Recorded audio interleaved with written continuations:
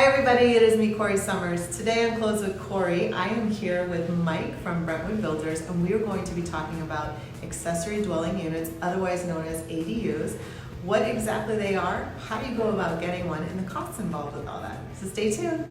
So Mike, I want to thank you for joining me today and giving us the opportunity to discuss ADUs. And why don't we kind of start by having you educate everyone on exactly what an ADU is. Sure. An ADU is accessory dwelling unit. A few years back in 2017, there was a series of assembly bills and state Senate bills passed that allowed, in order to create affordable housing, that allowed homeowners to take advantage of their property and construct a legal rental unit on their property. So an accessory dwelling unit is just that. It's a legal rental unit that you can build on your single family home property. So instead of back in the day when sometimes people would maybe clean up the garage and put up some drywall and have a relative stay in there, or charging someone, now this is formal, official, the city has approved it, correct? Well, the state's approved it, yeah. This legislation came down from the state, and then they were encouraging the cities to adopt their own ordinances. But effectively, yes, it made it legal to convert your garage, provided that you meet specific design requirements and building requirements. So what are some of those requirements? Let's say I own a house and I'm here in Studio City, or I'm in Englewood, right? And I'm thinking to myself, you know, my mortgage isn't paid off and the stadium is going up, maybe I can rent out my garage. What is that process? Where do they start? What do they do? And well, it's like putting an addition on your house in many ways. Same overall process of building, going through the Department of Building and Safety and obtaining the proper permits.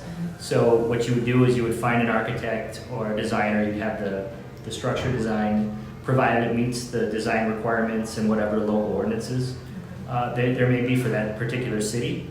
And then you would go through the plan check process, get the approved building permits, and again, we're condensing that this could take some time, but that's generally the idea. Then you hire a contractor and you go out and build it.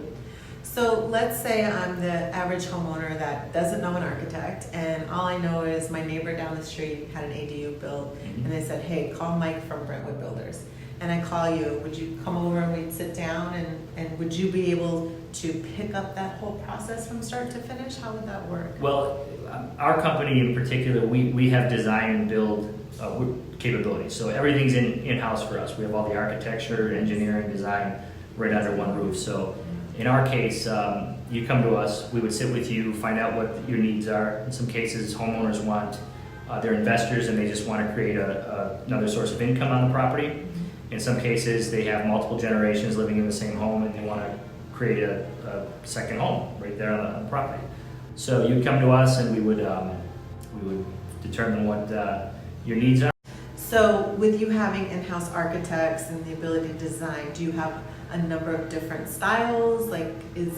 Because I think for most of us, we think, okay, that garage space is just like a big open space. But I've of course seen where we're doing one bedrooms where there's like a nook for the bedroom, and then it's a really, really nice kitchen and walk-in closet and bathroom and closet for your washer and dryer. What are you mostly saying? Well, we mostly see 1 or 2 bedrooms. Usually that's because of the amount of space people have. But we've done 3-bedroom, 1,200 square feet units. We've done second floors. So you can go up to 1,200 square foot allowed by the state. In many of the cities, they may have more limitations than that, but most cities allow 1,200 square feet. So we've done just about anything you could want. That's pretty amazing. So give me some examples of some of the parts of the city that you've done, like a 1,200 square foot. Do they tell you, oh great, now I'm going to rent this out for 2,500? Do they have an idea before? Have they talked, in other words, have you talked to a real estate professional before you decide to do the ADU? And what are your clients giving you feedback on? Normally my clients have, yes. We normally don't. We can run comps for them, on the different rental units in the area, or what a single family, in a 1,200 square foot scenario, that's a single family home. Yeah, so you can kind of compare it apples to apples with that. But most people know what the local rents are, and they know what they can fetch with an ADU before they do it. So it's a pretty good idea for bringing in that extra income.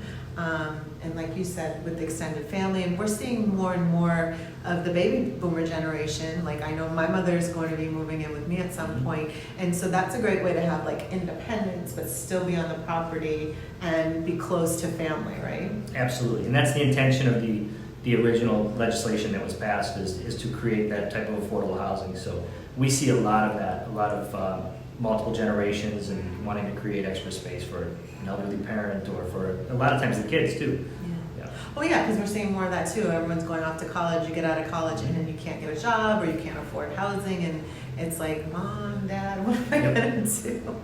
So move home for a while. So here's something that kind of ran through my mind as you were explaining that. So let's say someone's like, great, I want to do an ADU. I can bring in an extra $1,800 a month, or maybe it's $2,500 a month, and they're saying, wow, this will help with like my retirement, or maybe they're thinking they want to buy a new home, and they're like, between that extra income and my house, I'll be able to step up to a new home and rent out both my home and this ADU. And I'm going somewhere with this. So let's say you're working on the ADU and it's coming out so beautiful because you're using all like the new color palettes and you know, the white cabinets and the waterfall countertop and all this. Does anyone ever say to you at the same time, can you renovate our house too? Oh, yeah. No, well, it's funny because normally when you finish an accessory dwelling unit, what happens a lot of times with us is the customer who is intending to rent moves there and rents out the extra unit. Oh. And it's funny because the guys who work for us too, some of our actual the construction managers, two of them in particular, have moved into our customers' accessory dwelling units. You know, they figure they built it, I think, and that it looks nice. It's all brand new. So yeah, we do get a lot of requests to do home rentals after we've done an ADU. Yeah, because I would just imagine that once you see how beautiful the ADU is and it's new, you look at your home and be like, I think I need to update some Well, stuff. the other thing too is, home renovations, home remodeling can be really intrusive construction. It can be frustrating and stressful. The nice thing about when you construct an ADU is, for a period of time when we're inside the house and breaking walls and fixing things and removing stuff, you can move into the ADU, live there for the duration of construction, and then move back in your newly refinished home after we're done. And that makes for a lot easier construction relationship too with the customer. Yeah, and I think that actually it's probably a really great strategy, because now you have this brand new ADU that you get to try out first, right? You have a working kitchen, working bathrooms, working washer and dryer, and you're not dealing with the dust and the Right. construction can be, let's be frank, it can be grueling. It can last longer than expected. If there's rain, if a permit goes awry, or whatever the case may be. I think that's the number one thing. I have a client, for example, that's saying, I know I need to update my kitchen, but maybe I should sell without, because I can financially, not a problem to do it, but do I want to live through a construction? Right. So, and not be able to cook for like 3 months. Exactly. So. Yeah, this would enable you, building an accessory dwelling unit first enables you to move in there and then transition back to your home when it's complete. And it's a lot less painful. Yeah. For sure. So I think that's something you guys should think about. If you are thinking about converting your garage to an ADU, it might be the perfect time to do some home remodeling too, whether it's a big project or a small project. So here's a question I want to ask you. So when it comes to doing an ADU, and honestly, I haven't even checked with any of my lenders about this, but I don't know that there's loan programs out for that. I mean, I guess you could always tap into your home equity, pull some cash out. But what do you find? Do you guys have a lender that you work with for financing for your clients, or how does that normally go? Yeah, we have several lenders that work with us to provide financing for ADUs. A lot of homeowners, they do exactly that. They take out a home equity line or they refi. With rates dropping, there's more financing available now. Right. The one thing I notice, no matter what, when they finance an accessory dwelling unit, the monthly rent and the amount for the loan, the amount for the loan is always considerably less than the monthly rent they get. So it's a good investment to use somebody else's money to do. Yeah. Fantastic. Obviously, we have all of Mike's information below, and I really want to thank you for taking the time with me today. And you've done some work for another agent in my office client, and they were really excited and happy about it.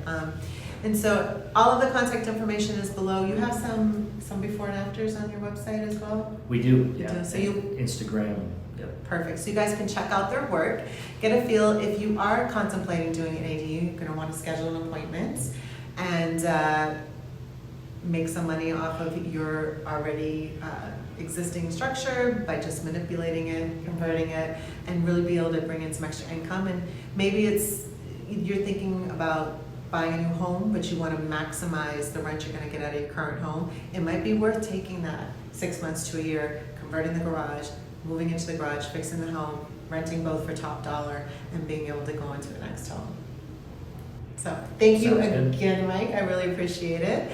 And everyone, if you haven't already subscribed to my YouTube channel, go ahead and subscribe now and click that bell for updates. And if you like today's video, give it a thumbs up. And if you have any questions concerning ADUs, again, Mike's information is below, or you can put it in the comments and we'll both get back to you with some grounds to go on. Thank you. Thank you so much.